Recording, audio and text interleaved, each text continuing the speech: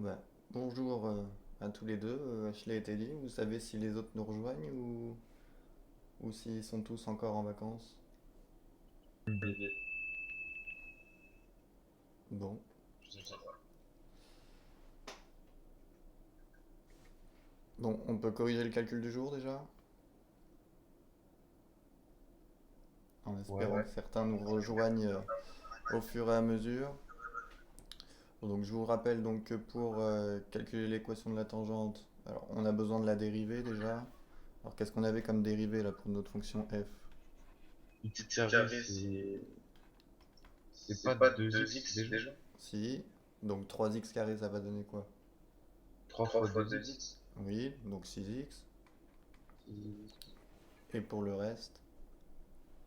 X, c'est.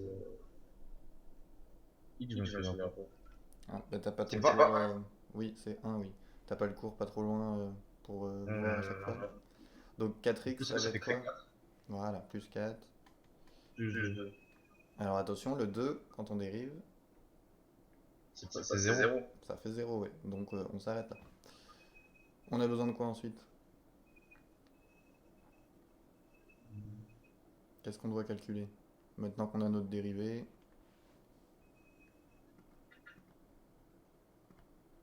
Le f de moins 1. Ok, Du coup, il faut remplacer x par moins. voilà. 3 fois moins 1, ça fait moins 1 au carré. Ouais, Ça fait moins 3. oui. Plus 4 fois 1. Plus 4 fois moins 1. Donc, ça fait moins 3, moins 4. Donc, plus 2. Ok. Et ça nous donne combien ça? Moins 3, moins 4, ça fait moins 7, plus 2, ça fait moins 5. Très bien. Et donc f' de moins un ensuite. Donc on fait la même chose mais avec la formule de f'. Donc 6 fois moins un plus 4. Donc ça nous fait moins 6 plus 4. Donc moins 2. Bon, vous vous souvenez de la formule pour l'équation de la tangente? Il n'y avait pas du YA ou un truc comme ça là-dedans. Y égale. Ashley, je sais pas Je si sais t'as un plus. micro ou. Enfin, t'as le chat, hein, oublie pas. Bah, regardez dans votre cours pour retrouver. Ça, cette formule, faut la connaître par cœur. Parce que vous allez en avoir besoin aussi l'année prochaine.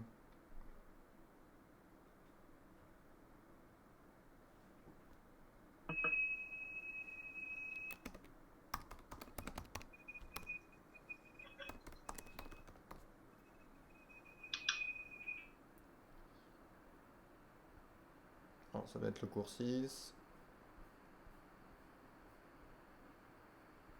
À la fin de la page 2, une équation de la tangente à la courbe CF au point A de coordonnées A, F de A, c'est donné par Y égale F' de A, X moins A plus F de A.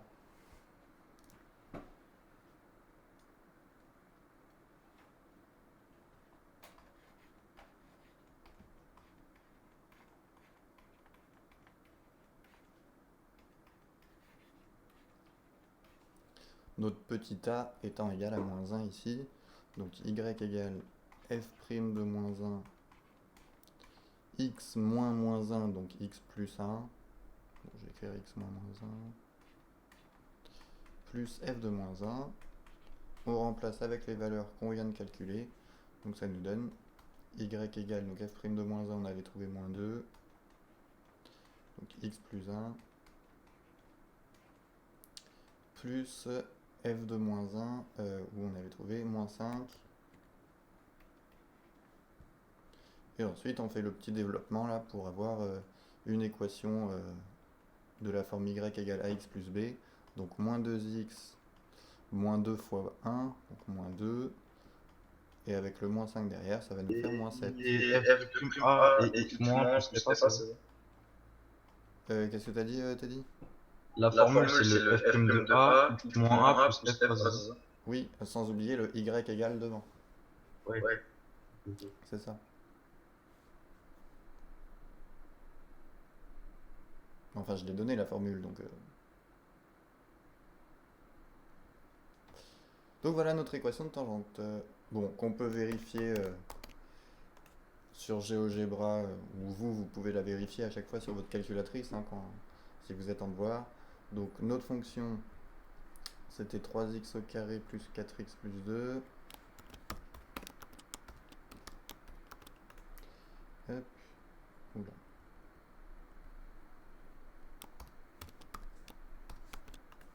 Hop. Et si je trace donc la droite d'équation y égale moins 2x moins 7,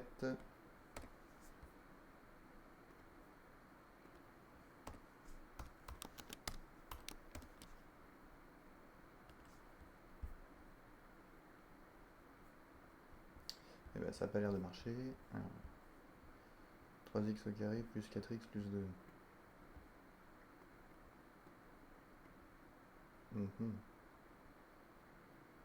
Bon, on a dû se tromper quelque part. 6x plus 4.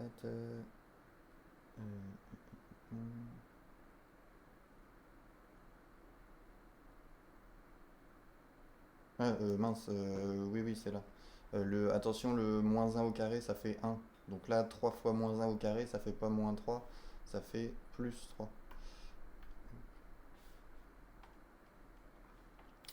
Donc ça nous fait 3 plus 2, 5, moins 4, ça nous fait 1.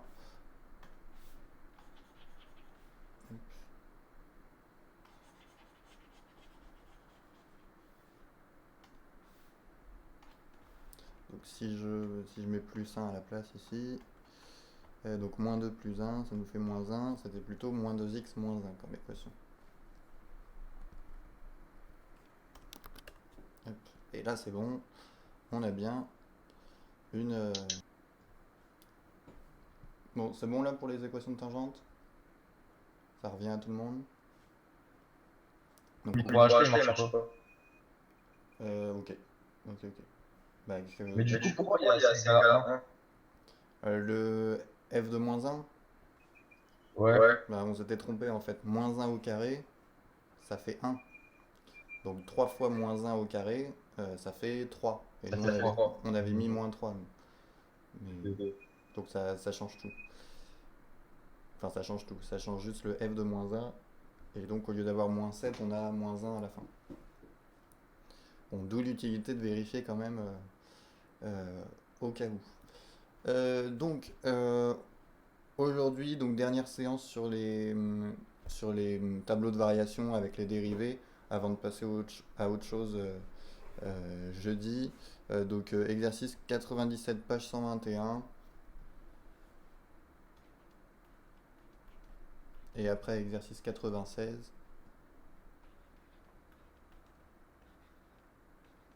Donc pour faire un petit peu le bilan,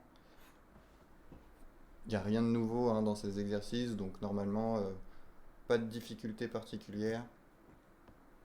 Donc ce sera l'occasion aussi de faire un peu de révision après les vacances.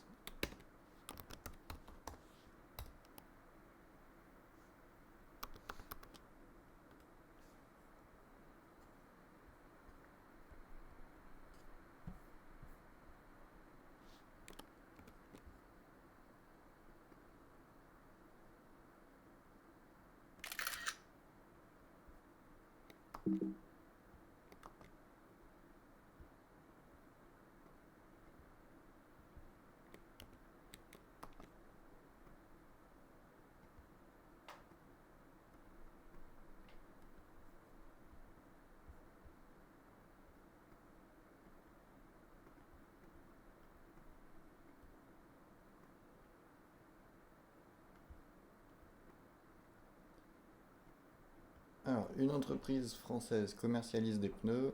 La production mensuelle maximale est de 30 000 pneus. Le bénéfice en milliers d'euros réalisé pour la vente de X milliers de pneus vendus est modélisé par la fonction B définie sur l'intervalle 0,30 par B de X égale moins 4x au carré plus 126x moins 574. Calculez la dérivée de la fonction B, puis déterminez le signe de B'.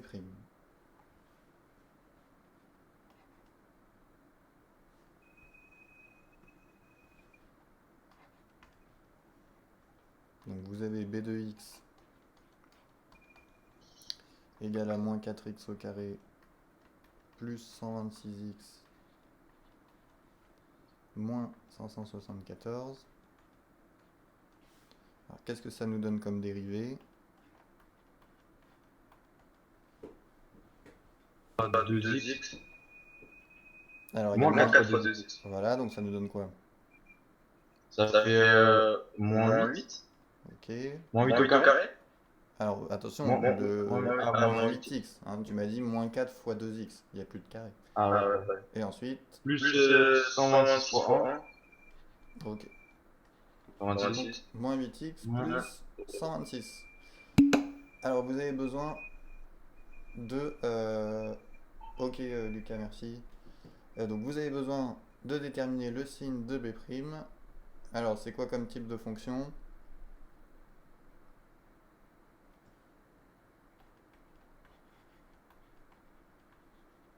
Non.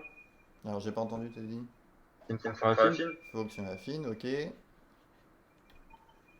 Donc comment est-ce qu'on peut faire pour étudier le signe d'une fonction affine? Il y a plusieurs Ça n'a rien à voir possibilités. avec le coefficient vecteur, non? Bah si quand même, enfin, il entre en jeu. Ici le coefficient directeur c'est combien? Dans moins 8x plus 126, c'est quoi le coefficient directeur? C'est moins 8x, non? Alors sans le x, c'est juste moins 8. Moins 8. Donc le moins 8 c'est le coefficient directeur, ça nous dit, comme le coefficient directeur il est négatif, ça nous dit qu'on a une droite qui descend, donc c'est décroissant. Donc au niveau du signe, ça va faire positif et ensuite négatif. Donc c'est important de regarder le coefficient directeur, sauf que on a besoin d'une information supplémentaire. Bah, il faut savoir où est-ce que ça s'annule. Où est-ce qu'on va mettre le 0 dans notre tableau de signes. Donc il faut chercher quand est-ce que ça c'est égal à 0, donc résoudre l'équation moins 8x plus 126 égale à 0. Alors je vous rappelle qu'on peut aussi faire tout ce travail là avec une inéquation en cherchant par exemple, en faisant moins 8x plus 126, on cherche par exemple quand est-ce que c'est positif, on résout cette inéquation, comme ça nous indique de quel côté est le plus en même temps dans le tableau. Bon, je vous laisse 30 secondes là pour la résoudre l'inéquation.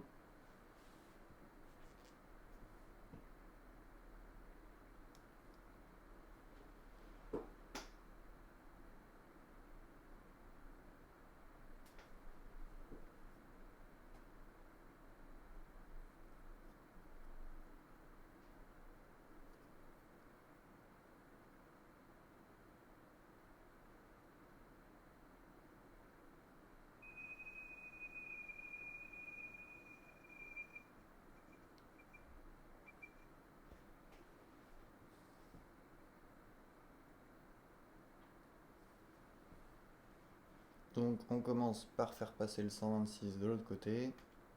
Donc moins 8x plus grand ou égal à moins 126. Et ensuite on passe le moins 8 en divisant. Donc ça nous donne x et de l'autre côté on a moins 126 divisé par moins 8. Alors attention puisque là quand on divise par moins 8 il faut faire attention à quoi?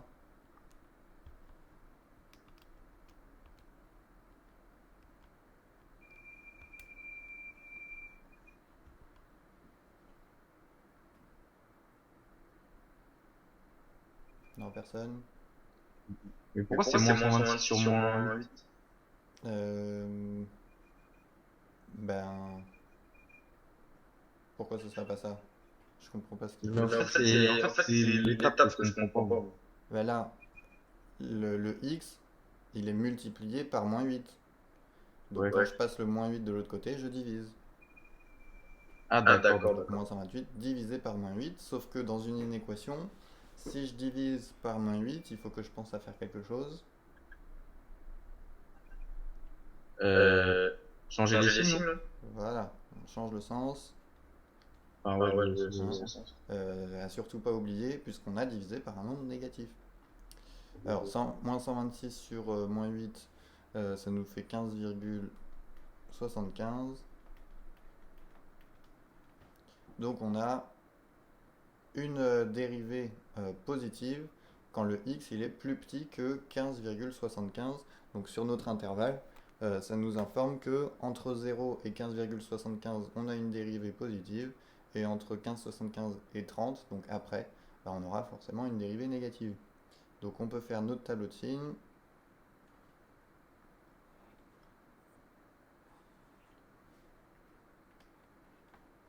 Donc signe de b' de x. Donc là, l'intervalle qu'on vous donnait dans l'énoncé, c'était l'intervalle 0,30. Donc votre dérivée, elle s'annule en 15,75. Et donc quand x est plus petit que 15,75, c'est positif. Donc on met un plus. Et donc un moins de l'autre côté. La question 2, c'est en déduire le tableau de variation. Bon, on peut le faire sur le même tableau. Hein. Je vais juste le compléter. Donc variation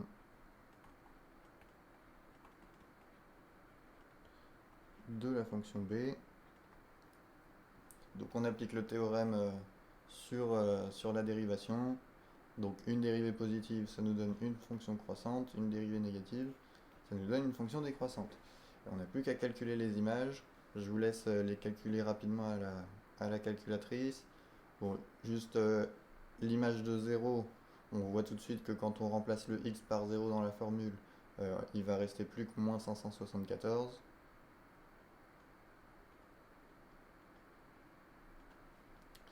Je vous laisse faire les calculs là pour l'image de 15,75 et l'image de 30. Et me les donner soit au micro, soit dans le chat. Elle arrive pas à rejoindre, du coup, elle regardera la vidéo. Qui ça? Laurine. Ok. Bon, je le note.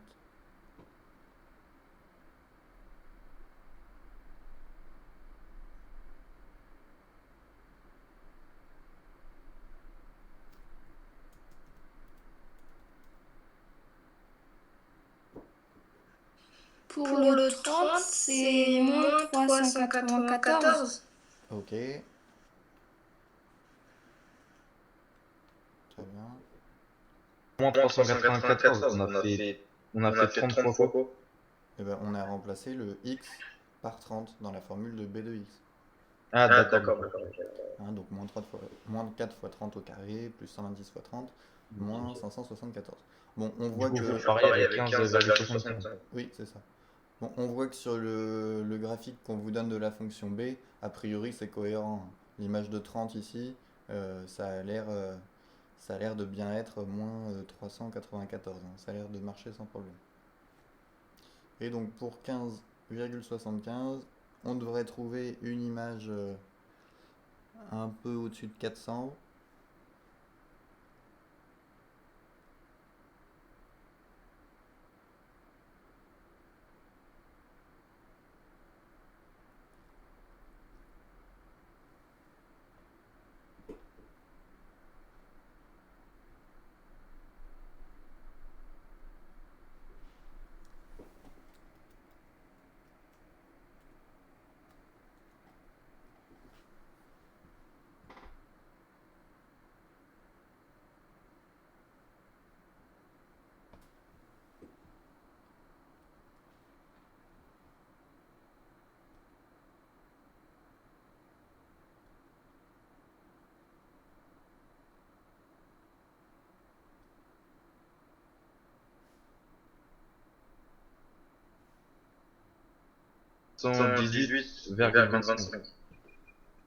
Combien? 418,25? Ok.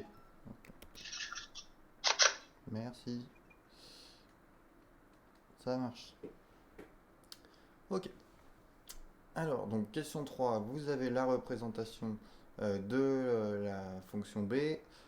Donner un encadrement de la plus petite des solutions de l'équation b de x égale 0 par deux entiers consécutifs.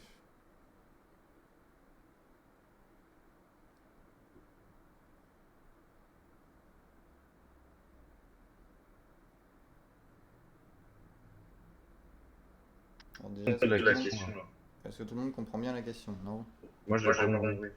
Alors, il faut encadrer la plus petite des solutions de l'équation b de x égale 0. Encadrer, tout le monde se souvient de ce que ça veut dire? Ouais. C'est bon? Alors, elle est où là, la plus petite solution de b de x égale à 0? Elle est vers où? Faut prendre le point le plus bas, ça veut dire? Hmm, pas vraiment. Tu parles de ce point-là? Ouais. Non, parce que là, il a rien à voir avec b de x égale à 0. Ouais. Alors, celui-là, il permet de voir b de 0, mais pas b de x égale à 0. Quand on vous parle de b de x égale à 0, c'est pas 6. voilà, Enfin, c'est au un niveau moins de 6. 6. Voilà, donc comment est-ce qu'on pourrait l'encadrer par deux nombres, deux entiers consécutifs? C'est entre quoi et quoi? 4 et 8? Entre 4 et 8, alors sauf que 4 et 8, c'est pas des entiers consécutifs. Consécutifs, c'est... Il faut qu'ils soient l'un à la suite de l'autre, il faut qu'ils se suivent. Là, a priori, c'est entre quoi et quoi? Entre 5 et 7, non? Entre 5 et 7, sauf que 5 et 7, c'est pas non plus consécutif. Bah, effectivement, vous avez le 5 ici. Bah, c'est entre quoi et quoi, là? Bah, ce serait pas entre... 5,5. Alors oui, c'est environ 5,5. Mais donc, c'est entre quels entiers? Entre 4 et 6. Alors 4 et 6, c'est pas des entiers consécutifs. On va y arriver.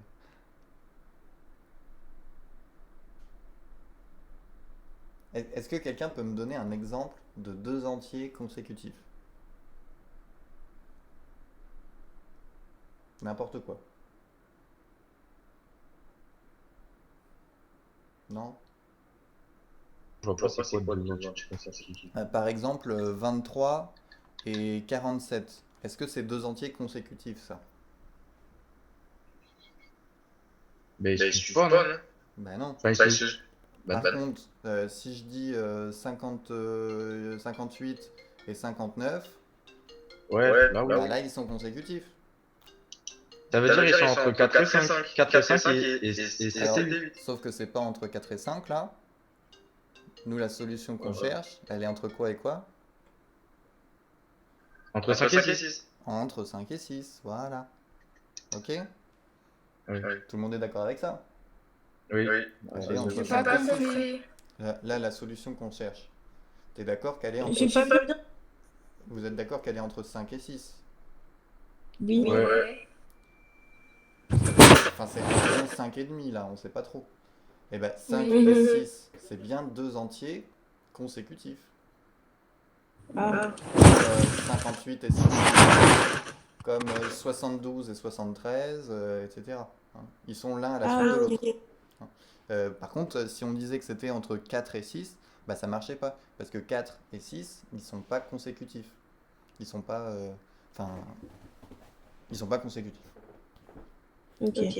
Voilà. Donc là, il fallait dire que c'était entre 5 et 6. Alors, pour l'écrire, je sais pas si on... non, il vous donne pas de nom. Mais comment est-ce qu'on la note en général la plus petite des solutions de l'équation b de x égale 0? Qu'est-ce qu'on utilise comme notation pour noter cette solution là? Mais B de 5? Ben, on va pas pouvoir écrire b de 5. Il n'y a pas de dire B entre 5 et 6, ça se dit pas. Ben non, mais la valeur exacte on la connaît pas. Mais comment est-ce que je peux le noter? Non, ça vous dit rien ça? Plus petit. Enfin, les solutions de l'équation b de x égale à 0. On met le signe plus petit? Oui, on pourra, oui. Mais pas pour dire que c'est la plus petite des solutions. Bah, b de x égale à 0. les x qu'on cherche là, les solutions de b de x égale à 0, c'est les racines. Ouais. C'est les racines du polynôme. Donc les racines, on les notait en X moins X1. x moins x1. C'est pas ça, mais il y avait pas ça dans la racine. Bah, il y avait x1 et x2. Ouais, mais il y avait un truc X moins X1 et X moins X2. Oui, ça c'était. Oui. C'est quand on a. Une fois qu'on a les racines, quand, quand vous voulez une forme factorisée, vous faites b de x égale a x moins x1, x moins x2. Oui. Mais donc les nombres que vous mettez là, bah, c'est les racines. C'est les solutions de b de x égale à 0. Ouais. Donc ici, bah, la plus petite, a priori, c'est x1. Donc x1, ça va être compris entre 5 et 6.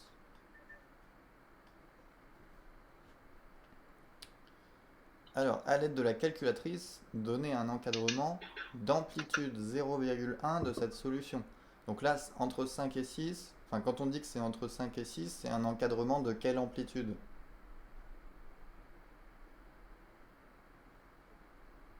Donc ça, c'était notre encadrement par 2 entiers consécutifs.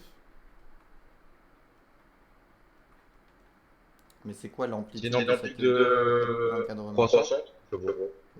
Non. On teste. Qu'est-ce qu'on appelle l'amplitude d'un encadrement?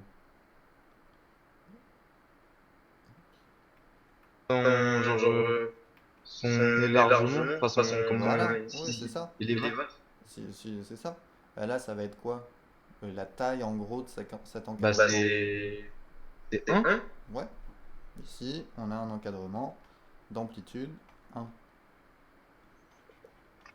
Donc avec la calculatrice, il va falloir réduire cette amplitude puisqu'on veut une amplitude de 0,1. Donc finalement, on veut des nombres décimaux l'un à la suite de l'autre, mais qui sont espacés uniquement de 0,1. Alors ce sera peut-être entre 5,5 et 5,6. Enfin, on ne sait pas trop. Mais alors qu'est-ce qu'on peut utiliser pour faire ça sur la calculatrice?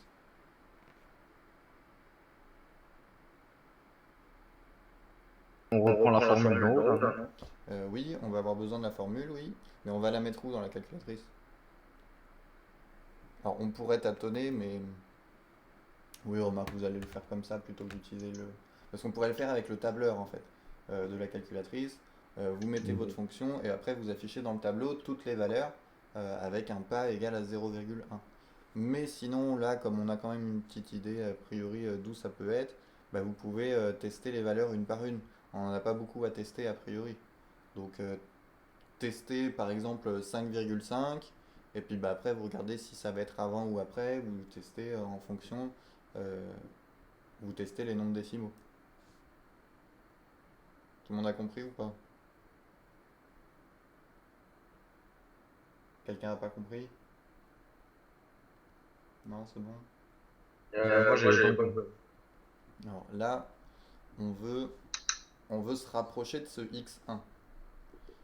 x1 a priori, bon, c'est environ 5, enfin c'est 5, quelque chose. Sauf qu'on aimerait être plus précis. Donc bah, vous allez tester. Vous allez tester 5, ce que vous voulez. 5,5 par exemple. Vous allez regarder si ça marche ou pas.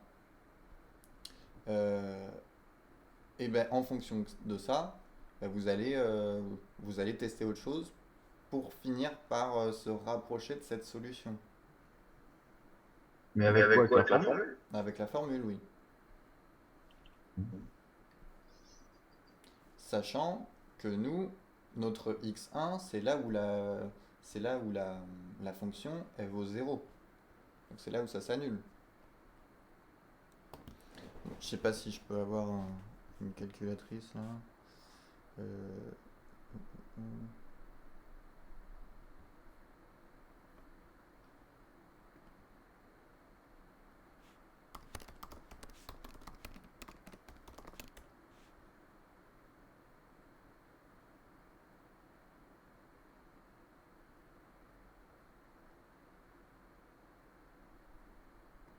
essayer de vous le faire avec ça.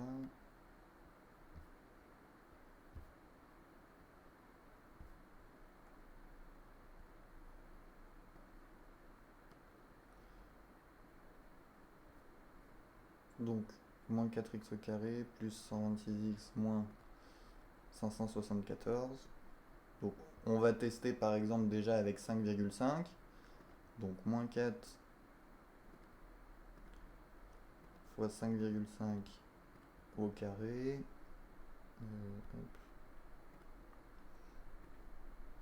Plus 126 fois 5,5 moins 574. Hop. Bon, ça vaut moins 2. Donc, qu'est-ce qu'on peut en déduire? L'image de moins 5,5, c'est moins 2. On est loin ou pas de notre x1? Sachant Du que coup, c'est moins 2, c'est bon. bah, si c'est moins 2, c'est pas ce qu'on voulait. Nous, on voulait combien? Se rapprocher de 6. Non. Non, nous, l'image du nombre qu'on a mis là. Là, on a calculé l'image de 5,5. Mais nous, on cherche un nombre qui a quoi comme image? Bah, nous, on cherche le nombre qui va avoir pour image 0. Puisqu'on veut résoudre b de x égale à 0. D'accord? Moins 2, c'est pas mal. Bah, moins 2, c'est pas bon, mais c'est pas très loin. Sachant que là, les valeurs prises par la fonction, on voit qu'on a des valeurs entre moins 500 et 500 ici. Bon, moins 2, c'est pas trop mal. Mais il va falloir en calculer une autre pour essayer de mieux situer les choses. Alors, en 5,5, on tombe sur image, enfin, on trouve comme image moins 2. Ça veut dire qu'a priori, notre x1, il va être après 5,5 ou il va être avant? Je vais tester quoi comme autre valeur? Je vais tester 5,4 ou je vais tester 5,6? 5,4. 5,4? Ouais. Bah non. Regarde, la fonction, elle est croissante ici. Alors, je vais faire un petit schéma. On vient de voir en calculant. Hop. Bon, si jamais j'avais zoomé sur ma courbe, enfin sur ma courbe, au niveau du 5,5 là, je suis tombé sur une image de moins 2 là pour 5,5. Moi, je cherche à quel endroit est-ce que ça vaut 0 là. Bon, bah, comme j'ai trouvé moins 2 pour 5,5, bah, ça veut dire qu'a priori, là où ça vaut 0, c'est forcément après le 5,5. Ouais.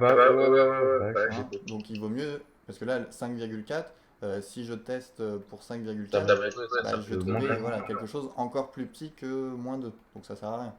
Donc on teste avec 5,6 par exemple, en espérant que ça marche. Bon, bah, évidemment, je peux pas modifier mon... Ah si. Hop.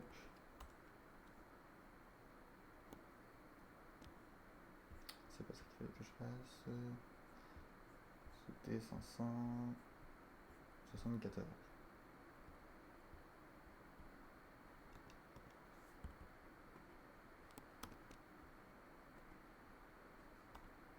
Bon, je suis obligé de tout recopier.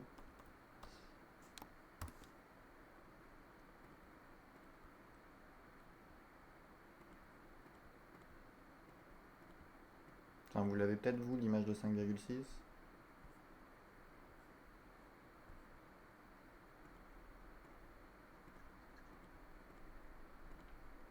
Bon, 6,16 pour l'image de 5,6. Donc a priori là, notre... C'est trop grand. bah, c'est trop grand, sauf que comme c'est grand... Mince, bon bah ma courbe est vraiment...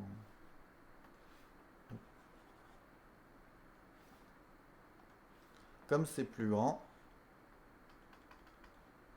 donc là c'est pour le 5,6, bah, ça nous dit bien que là où ça vaut 0, bah, c'est bien entre 5,5 et 5,6.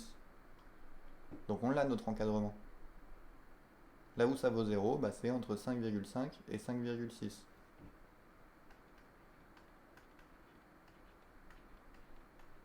Et là on a bien un encadrement d'amplitude 0,1.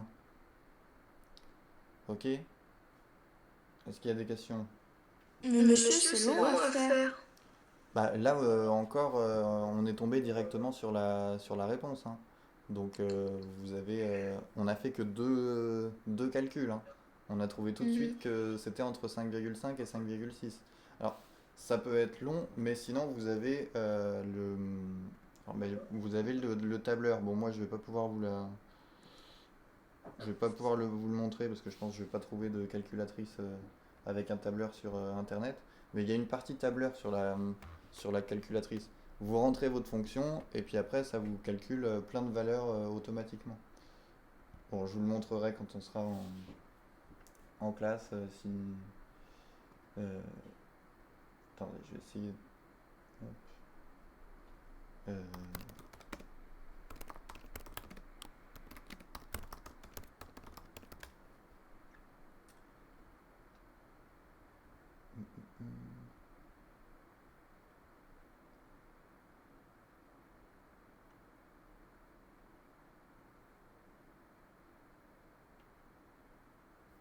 Non, bah là je retrouve pas ce que je voulais vous montrer. Mais il y a moyen de calculer toutes les valeurs en une seule fois. Bon, donc là on a vu que notre solution, elle était entre 5,5 et 5,6. Alors 26 est-il solution de l'équation b de x égale 0? Et justifier la réponse.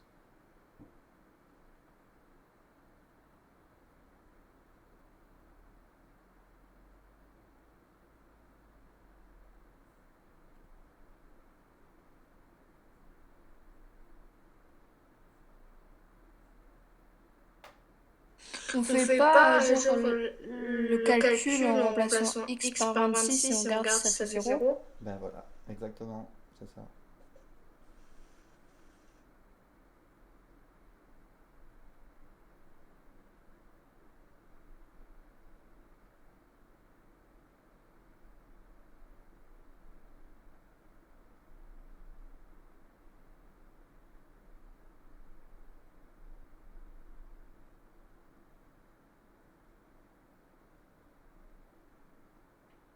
Ah, voilà ce que je voulais vous montrer. Alors, hop. Donc sur votre calculatrice, normalement quand vous allez dans le menu table, donc dans le menu table, c'est comme le menu graphe, vous pouvez rentrer la formule de votre fonction. Et quand vous faites ça, bah, si vous faites table après, donc c'est F6 normalement table, et ben ça vous affiche un tableau comme ça qui vous donne toutes les images. Par exemple là la fonction qui a été rentrée dans le dans cette feuille là, c'est x au carré plus 4x moins 8. Et ben ça vous affiche un tableau pour vous dire que l'image de moins 8 c'est 24, l'image de moins 7 c'est 13, etc. Et vous pouvez faire ça vous pouvez choisir les valeurs que vous allez mettre en x ici, et ça vous donne toutes les images. Il faut aller dans les réglages, quand vous êtes dans la partie de table et que vous avez votre fonction, normalement vous avez une touche ici, je crois que c'est F5 mais je suis pas sûr, qui s'appelle set. Bon, on remarque qu'on va le faire directement. Vous avez tous votre Casio sous la main là. Donc, allez dans le menu table. Dans le menu table, en Y1, vous mettez notre fonction. Donc, moins 4x au carré plus 126x moins 574.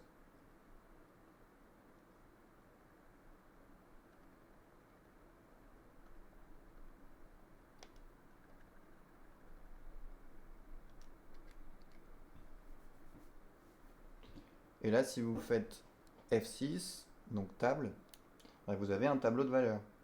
Sauf que les X, alors ça dépend de votre calculatrice, hein, mais vous n'aurez pas forcément ce qu'il faut. Alors vous faites Exit et vous appuyez sur F5 pour aller dans le menu 7. Et là, vous avez les réglages de la table. Pour les X, vous avez Start, End et Step. Alors là, on était entre 5 et 6 et on aurait bien voulu avoir toutes les valeurs de 0,1 en 0,1. Donc on peut mettre Start 5, End, on peut mettre 6 et Step, bah, c'est de combien en combien on veut aller. Bah là, si vous mettez 0,1, vous faites Entrée, enfin Exe, jusqu'à revenir pour remettre votre tableau. Et là, en X, bah, ça va prendre tous les X dont on avait besoin ici. Donc 5, 5,1, 5,2, 5,3, etc. jusqu'à 6. Et là, vous avez toutes les images. Et on voit bien que l'image de 5,5, c'est moins 2. Et l'image de 5,6, c'est 6,16. Donc c'est là que ça passe du négatif au positif. Enfin, c'est entre les deux que ça passe du négatif au positif. Et donc si on avait eu besoin d'être plus précis, bah, on reprenait les réglages. Plutôt que d'aller de 5 à 6, on allait plutôt de 5,5 à 5,6. Et puis on prenait un pas, par exemple, de 0,01. Comme ça, on aurait eu plus de valeur dans le tableau. Bon. Alors, est-ce que ça marche avec 26? Non. C'est pas une racine? Non, parce que je trouve moins 2. Ok. Donc, c'est pas une solution.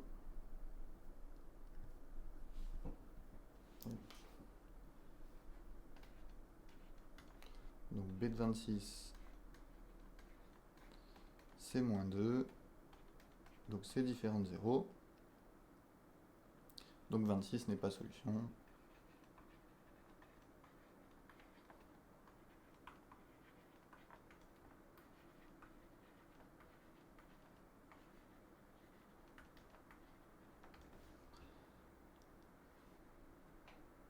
Mais on peut quand même répondre à la question 4. Pour quel nombre de pneus vendus le bénéfice est-il maximal? Et quel est ce bénéfice maximal?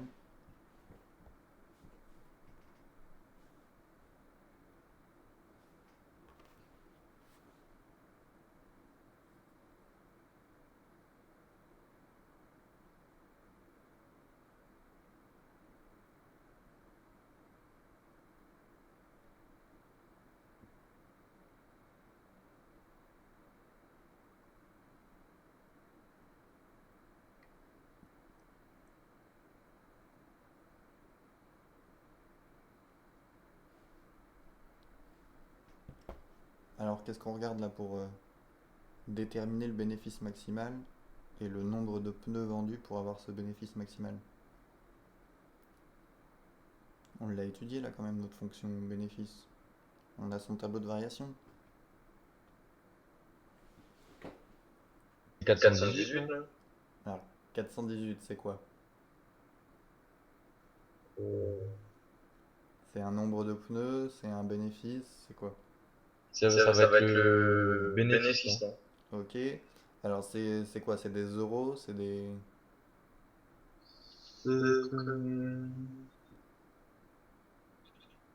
Ouais, c'est des milliers d'euros. Milliers d'euros. Donc ça fait combien d'euros ça? 418,25 milliers d'euros. Ça fait 418 025 euros. Ok. Non, pas 25 euros.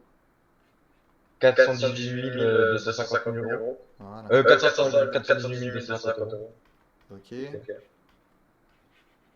Donc 418 250 euros. Pour combien de pneus? Pour 15 000 pneus, non? Oui. 15 750 pneus. Voilà, 15 750 pneus. Ok.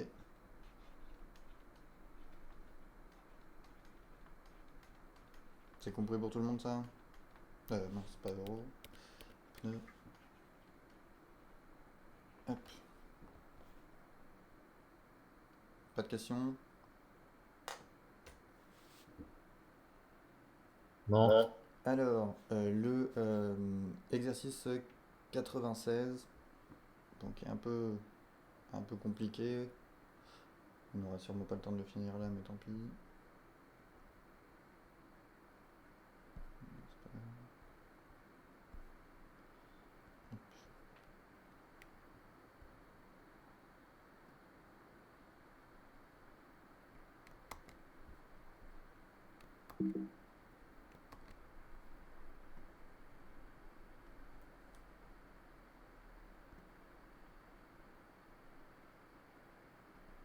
Alors, pour l'exercice 96, il y a une fonction un petit peu plus compliquée que euh, les, euh, les polynômes du troisième degré qu'on a à chaque fois.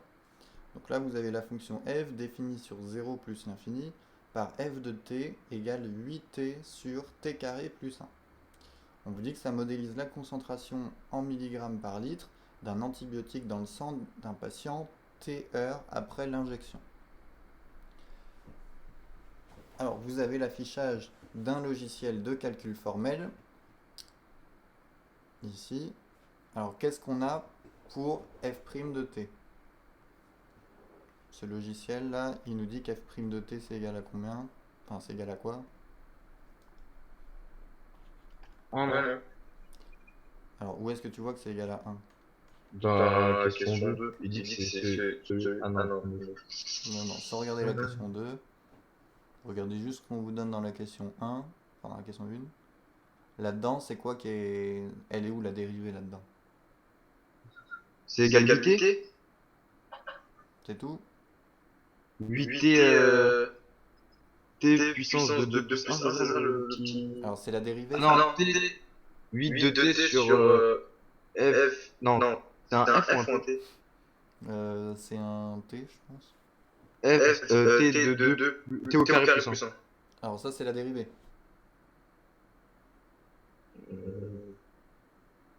Nous, la fonction dont on veut la dériver, c'est ça. Bah, c'est 8t sur t au carré plus 1. Bon, bah, c'est la même chose, ça. Ça, c'est juste... Il y a juste la fonction qui a été rentrée dans le logiciel. On a juste écrit f de t, bah, c'est égal à 8t sur t au carré plus 1. C'est 8 fois t moins 1. Voilà, c'est ce truc-là. Fois t plus 1. Voilà. Alors, sans oublier le petit moins devant. Donc, moins 8 t moins 1 t plus 1 divisé par t puissance 4 plus 2t au carré plus 1. Hein. Donc, f' de t égale moins 8 t moins 1 t plus 1 sur t puissance 4 plus 2t au carré plus 1. Bon, là, il y avait juste à la lire, hein, finalement, la dérivée. Alors, il va falloir étudier le signe de ce truc-là. Alors, après avoir justifié que le signe de f' de t est donné par celui de t-1 t plus 1, donnez le signe de f' de t. Pourquoi est-ce que dans cette fonction, on a juste besoin de regarder le signe de ce morceau-là pour avoir le signe de notre fonction? Pourquoi Parce qu'il y a les racines, non? Alors, les racines, ça va être quoi? Ça va être moins 1 et plus 1. Moins 1 et plus 1, ok. Alors, pourquoi est-ce qu'on regarde pas le reste? Enfin, pourquoi est-ce qu'on n'a pas besoin de regarder le reste? Parce que c'est la version... Alors, le moins 8, qu'est-ce qu'on peut en dire? Bah, c'est A. Oui. Enfin, oui, d'accord. Mais donc, qu'est-ce qu'on peut en dire de ce A? Bah, il est négatif. Il est négatif, ok. Et le t puissance 4 plus 2t au carré plus 1, est-ce que vous voyez ce qui est assez particulier? Sachant Il y a 2t. Oui, il y a 2t, mais... T, c'est facteur commun. Non, parce qu'il n'y en a pas dans le 1. Mais nous, on veut étudier cette fonction sur 0 plus l'infini. On veut étudier le signe. Qu'est-ce qu'on peut dire du signe de t puissance 4 plus 2t carré plus 1? Et positif. Voilà, c'est tout le temps positif. Ce sera jamais négatif, ce truc-là. Parce qu'on a des plus, on a du carré et de la puissance 4, et ça, c'est toujours positif. Donc, ça s'annulera pas. Donc, on sait que c'est tout le temps positif. On peut faire donc un tableau de signes avec plusieurs lignes. Mince. Je regarde là. Hop. Donc votre x vous le prenez entre 0 et plus l'infini. Et là, donc, on a le signe de moins 8, le signe de t-1,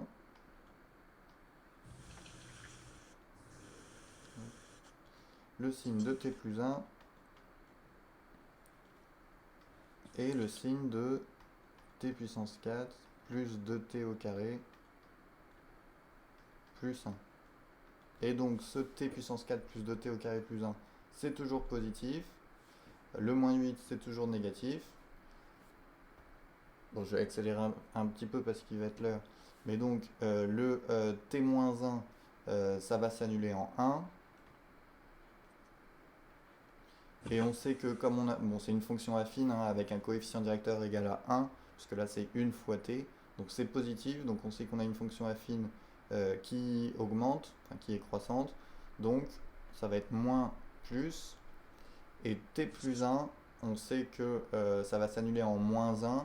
Et donc si je prends un nombre entre 0 et plus l'infini et que je lui rajoute 1, bah, j'obtiens un nombre positif. Donc finalement, on obtient pour notre f' de t, on combine les signes. Je vous rappelle que quand on a un produit, quand on a un quotient, pardon, ça marche comme avec le produit. Moins et moins, ça fait plus, etc. Simplement, quand vous avez une division comme ça, il faut faire attention parce que quand vous avez des endroits où le dénominateur s'annule, bah, ça fait des valeurs interdites parce qu'on n'a pas le droit de diviser par 0. Mais là, on divise jamais par 0 vu que c'est tout le temps positif. Donc on n'a pas de souci à ce niveau-là. Donc moins, plus, ça va faire plus. On a le 0 en moins 1. Et après, moins, plus, ça fait moins. Donc on a notre dérivée, son signe c'est plus et moins avec une annulation en 1. C'est-à-dire elle est négative. Eh ben, elle est négative après le 1. Par contre, elle est positive, elle est positive avant le 1. Et donc, les variations de la fonction f, qu'on vous demandait dans la question 3, ben, ça va être croissant, puis décroissant. Et il n'y a plus qu'à calculer image de 0 et image de 1. Alors ça se fait rapidement. Qu'est-ce que ça donne là, notre fonction f, si je remplace le t par 0 ? 8 fois 0 sur 0 au carré. Ça fait 8. Ça fait combien ? Ça fait... Non. Ça fait combien ? Ça fait 0. Bah oui, ça fait 0. 8 fois 0. Ah bah oui, 8 fois 0.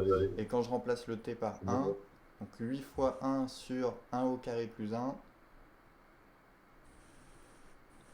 Ça fait 8. Alors, 8 fois 1, ça fait 8. Par contre, 1 au carré plus 1, ça fait combien ?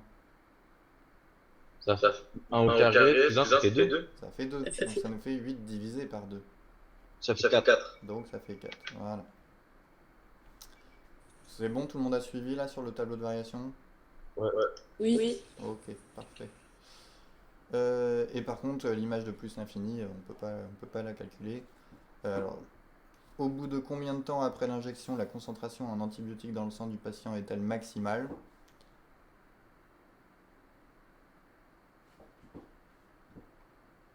D'après le tableau. 4. Alors 4, c'est quoi ? C'est le temps ou c'est la concentration ? C'est la concentration. Voilà. Donc la concentration maximale, elle est de 4 mg par litre.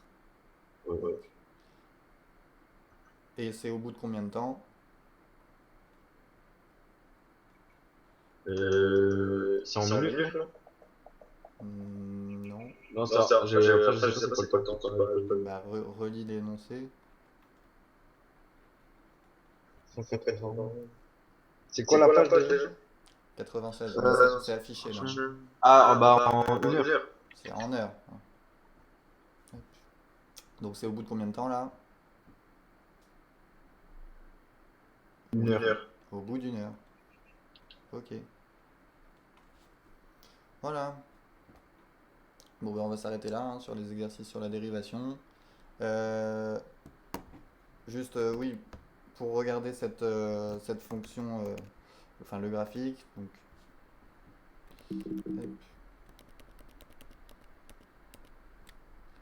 Donc 8x sur x au carré plus 1, on a une fonction qui fait ça.